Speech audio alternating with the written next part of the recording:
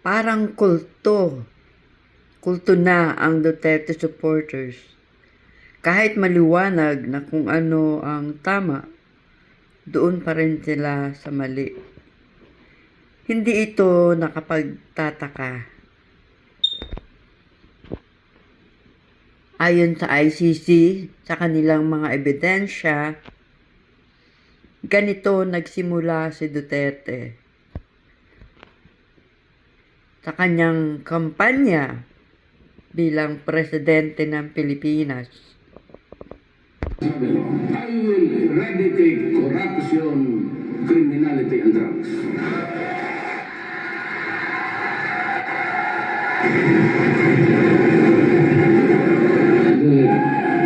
If I become the president, I will order the military and the police to hunt down the drug lords, the big ones, and kill them. Tell me what my credentials to the presidency? Then I'd say Davao is Exhibit A. Ngayon, dito sa Davao, hindi sabihin ito malinis itong bayan na to. It's not perfect. So that maybe I said, kung dating ako po sa Pasig, I can promise you, not heaven, but I will promise you a comfortable life. Corruption has to stop. Criminality has to stop. Either makuha ko ang gusto ko or you perish. Magprakahan na tayo. Anong ibig sabihin yan? Patayan yan. Yung ibang tao, sabi ko, I would stop drugs and crime, criminality in 3 to 6 months. That's too ambitious. My God, subukan ninyo ako. That's what I told the Davao criminals before. Sabi pinapatawag ko pa, do you want to go out of the city? Gusto mo pumunta ng Manila, maganda ang buhay doon. Doon ka lang, gusto mo? Hindi na nawala. Hindi patay. Ano po sa pag-usapan na doon? Bakit para sa akin? Did I do it for my own? For my own benefit? To enrich myself? What does the life of criminal got to do with your pocket? Labi ko lang I want a peaceful city. Umalis kayo. Pag hindi, papatayin ko talaga kayo. Pwede ko na tayo ko. Huwag na tayo magtagutan pa. Papatayin ka lang. Ngayon ako, I have this. Kung ako ang presidente, huwag mo na kayo mag-demonstrate. Give me time. Give me time kasi nag-hearing talaga ako. At sa kung gusto naman siya, hindi ka talagang gagawin mo. I-hearing ako.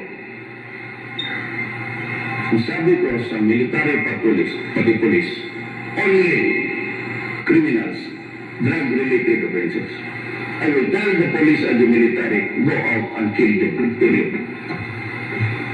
Alam naman nila? Alam mo ito, pag ako ang na-presidente, I would want you, I do not covet the position. Pag na-presidente ako, magtago na kayo, yung 1,000 na, it would reach 50,000. I would kill all you, making the life of the Filipino miserable. Patay ko talaga kayo. Kasi manalo ako dahil nga there's a breakdown sa law and order. I do not want to commit a crime. But if by chance, perchance, God would place me there, magbantay kayo, kaya itong 1,000 na ito maging 100,000. Diyan mo makita tatabo ang isda dyan sa Manila Bay. Diyan ko kayo itapon. I do not want to be president. I do not want to kill people. So do not elect me as president.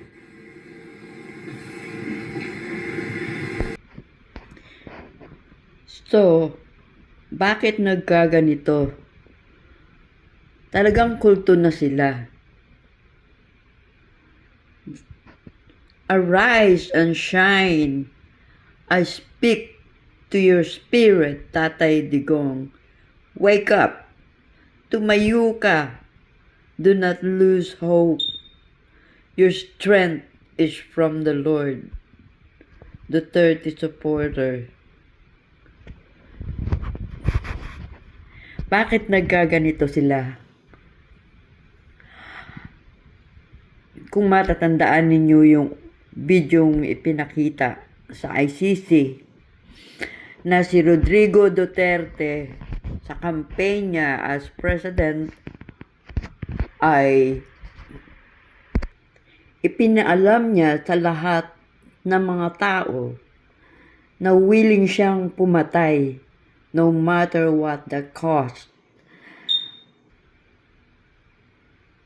Papatayin daw niya lahat ng kriminal, lahat ng adik. Yun ang ipinangako niya sa mga tao.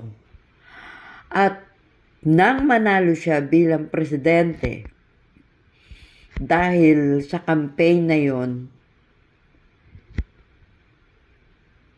naisa puso na ng mga supporter niya ang espiritu ng panlilinlang ni Satanas, na kahit na ang mga Kristiyano na maliit pa ay tinuruan na ng mataas na standard ng moralidad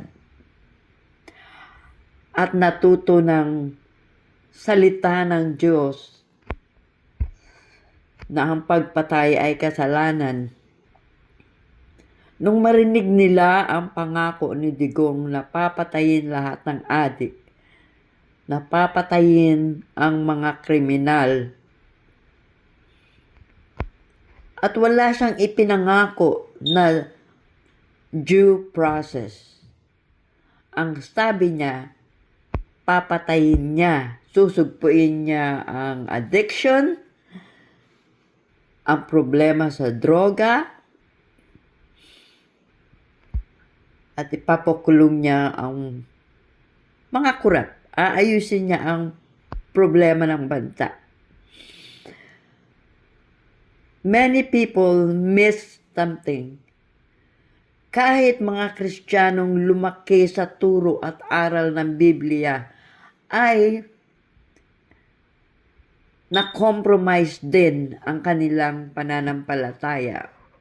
Natalo ng espiritu ni Satanas. They were not possessed by the devil, but they became obsessed by the deceitfulness of Satan. Binigyan ni Satanas ng kapangyarihan si Digong para ma-deceive niya kahit na yung mga mananampalataya. Ang sabi ng Bible, ang Antichrist daw ay binigyan ng kapangyarihan para mag-deceive, manlinlang na mga tao. Hindi ko sinasabing si Digong ang Antichrist. Ayokong makipagtalo sa ganyang issue. But, ang isang manlilinlang na tao katulad ni Satanas, sabi ng Bible, siya ay may kakayahan na mag-transform bilang isang demonyo at maging isang anghel ng kaliwanagan. Para makapanlinlang siya, kailangan niyang gumawa ng mga magagandang bagay para mapaniwala niya ang mga taong nagsimula ng mag-idolize sa kanya. Karamihan sa kanila, halos makipagpatayan na. I mean, they are willing to sacrifice their family relationship. They are willing na masira ang relasyon nila sa kanilang mga kaibigan, sa kanilang mga kamag-anak, dahil mas mahalaga sa kanila ang kanilang pagtatanggol sa isang malademonyong pinuno ng bansa. Lahat ng bagay ay binago ni Duterte. Ang dating isang taong katulad ko, halimbawa, na may mataas na panuntunan sa moralidad, sa spirituality. Ang iba ay nagtuturo pa ng Biblia. Pero ang nakakagulat at talagang nakakapagtataka dahil paano nila ngayon ituturo sa kanilang mga tagasunod, sa kanilang mga miyembro sa simbahan, na kasalanan ang pumatay. Subalit, ipinagtatanggol nila ang kanilang presidente na pumapatay without due process. Nung makita ni Satanas na ang mga tao ay willing na papanalunin bilang presidente ang isang taong nangako na papatay at papatay ng walang due process, nakita ni Satanas ang kahinaan ng mga tao. Kaya pinalakas niya ang karisma at panggayuma ng taong ito. Kaya, tama. Anong matatawag mo sa kanila? Kulto. Kulto ng satanismo. Ang pagpatay daw, basta't may mabuting layunin, ay okay lang. Ang sabi nung isa pang Kristiyano, siya na ang mananagot sa Panginoon sa kanyang ginawa. So, hindi ko maisip. Okay? We know that all human beings, lahat ng kaluluwa, lahat ng tao, ay huhusgahan ng Panginoon. Pero para i-justify mo at susuportahan mo ang taong hindi kumikilala ng batas. Ang batas ay ang kanyang bibig. Ang batas ay ang kanyang salita. At sinusuportahan mo yon at ipinagtatanggol mo pa at ipinaglalaban mo pa. Matindi yun. Tawang-tawa si Satanas, lalo na sa mga Kristiyanong tulad nila. They are losers. Mga losers silang uri ng mga Kristiyano.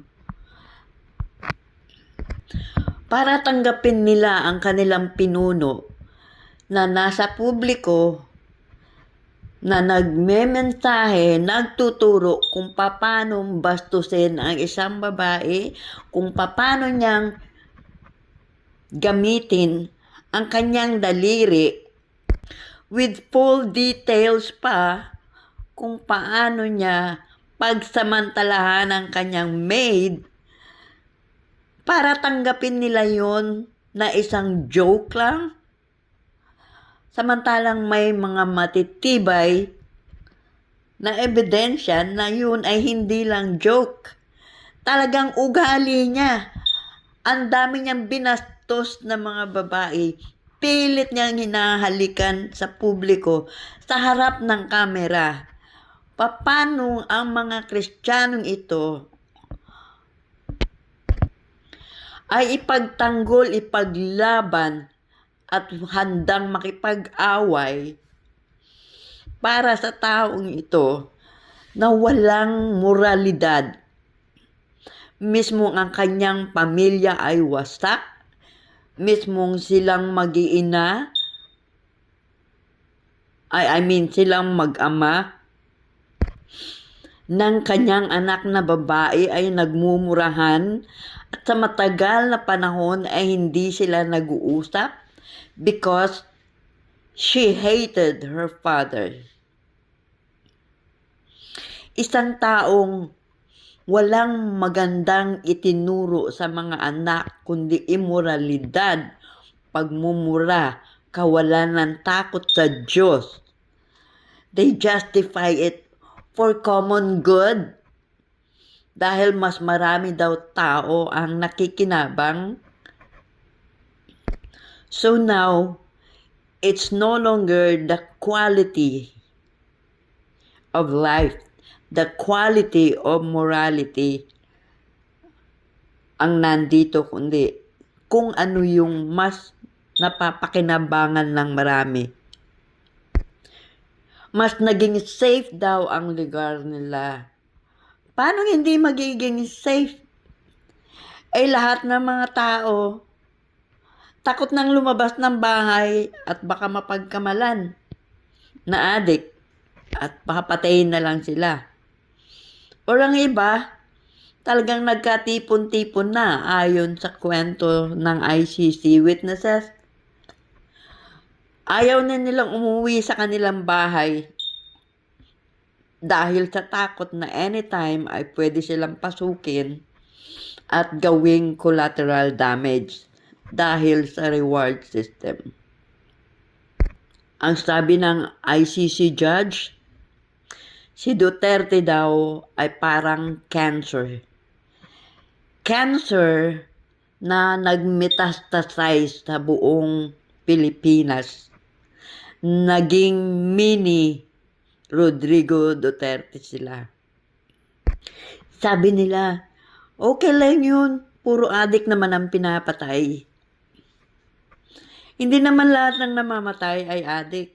At sabi nila, mga adik daw kasi kailangan ng mamatay dahil maraming ginahasa ang mga adik na yan.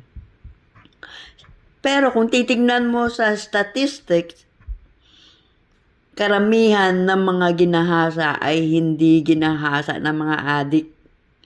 Karamihan ng mga ginahasa ay ginahasa ng kanilang mga tiyo, ng kanilang mga kapatid, ginahasa ng kanilang lolo, ginahasa ng mga taong ganid sa laman.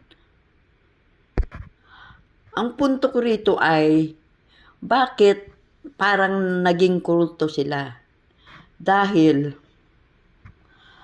nung ibinoto nila si Duterte, pinayagan nila na pamunuan sila ng isang taong nangako na papatay at papatay at papatay without due process of law, without obeying the law. Walang karapatan na magbagong buhay ang adik. Ang nadama lang ng mga tao, magkaroon sila ng safety. Paano kung ikaw ang naging biktima? Safe ka pa ba? Maswerte ka. Hindi ikaw ang napagkamalan o talagang sinadya na papatayin para pakinabangan ang buhay mo sa halagang 10,000 pesos. Nalungkot, umiyak ang Panginoong Diyos dahil wala sa kanyang batayan ang ganyang uri ng pamumuno. Subalit, katulad ng panahon ni King David at ni King Saul, ang mga Israelita, mas pinili nila na itayo bilang hari si King Saul. Anong nangyari? Ang buhay nila ay napariwara, napahamak. Sa panahon natin ngayon, mas pinili ng tao ang isang taong willing na pumatay ng ilang libong tao, alisan ng kaluluwa. Mas pinili nila yon kaysa manindigan na i-preserve ang buhay ng isang tao, gaano man siya kasama. Karamihan ng mga nakilala kong pastor ay they were notorious criminals. They were mga dating drug addict, malala ang mga kaso. Pero binigyan ng pagkakataon ng Panginoon na mabuhay pa at sa loob ng kulungan, they found Jesus. At ngayon, ang kanilang buhay ay ginagamit ng Panginoon para magligtas ng mga kaluluwa. Ang kanilang testimony, ang dating buhay nilang malademonyo ay binago ng Diyos. Si Rodrigo Duterte, inalis niya ang pagkakataon ng mga taong ito, gaano man sila kasama. Hinusgahan na niya. He acted like God. Kasi daw, pakakainin mo pa, gagastusan mo pa, kung ikukulong mo sila o rehabilitate mo sila. Yes, sapagkat ganoon kahalaga ang buhay ng tao. Hindi lang 1 milyon o 2 milyon o 10 milyon ang halaga ng isang tao. Kung ang isang taong yan